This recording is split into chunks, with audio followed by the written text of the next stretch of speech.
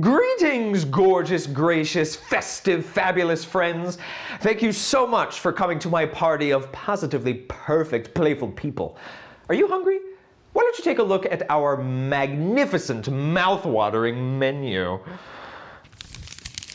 We have crunchy caramel corn, delicious dragon fruit drizzled in dressing, hearty hot dogs with a hint of honey mustard, and finally, killer kiwis and crunchy kale chips.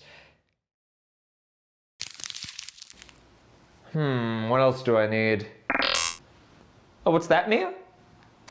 You're weirded out, worrisomely wondering why in the wonderful wide world why I'm talking like this? I'm so sorry, Mia, I guess I just didn't tell you. This is an alliteration party!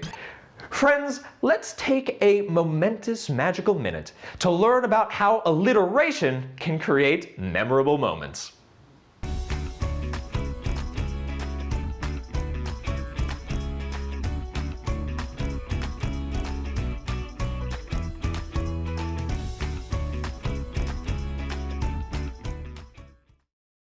Before we get started, as always, make sure that you're following along with your guided notes. So, as I was just telling Mia, the theme for this party is alliteration. The key to understanding alliteration is paying attention to consonants. Consonants are speech sounds we make when air from the mouth is blocked by the lips, teeth, or tongue. For example, the f and d sounds in friends, or the p and t sounds in party are all examples of consonants. Alliteration is the repetition of similar consonant sounds at the beginning of words close together in a poem or sentence. The three purposes for alliteration are to create musicality and rhythm in poetry, to draw attention to specific words or ideas, and to create a memorable, catchy effect.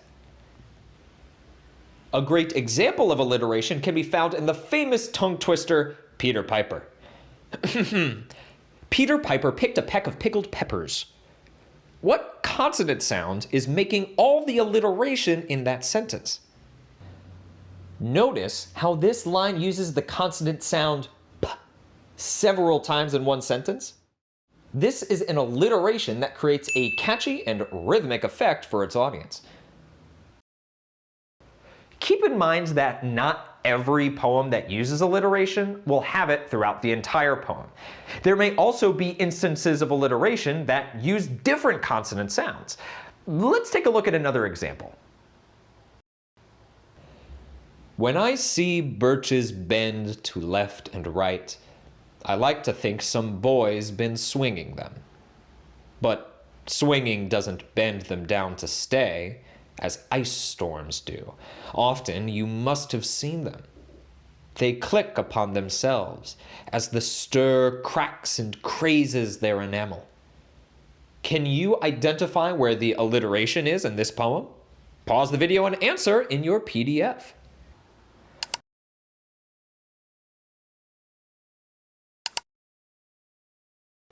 You can really hear the alliteration in birches bend, boys bin, and again with but and bend.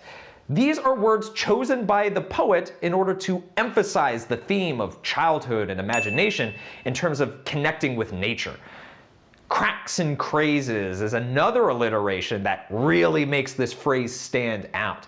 It creates musicality and imagery by mimicking the sound of breaking ice or wood crunching. Now, let's try writing an alliterative sentence about Mia. Mia starts with a consonant sound So let's start by giving her an adjective. How about marvelous? Marvelous Mia. Now what should she be doing? I think she could be making something. Marvelous Mia makes milkshakes mixed with mint. Marvelous Mia makes milkshakes mixed with mint. Now it's time for you to write your own alliteration. Your job is to write one about what you're going to do at our alliteration party. Be sure to use the consonant sounds from your own name. Are you a chatting Chelsea? A joking Jonah? Me, I'm a joking Justin, so I'm going to be using the J sound as the focus here. Pause the video now to write down your own in your PDF.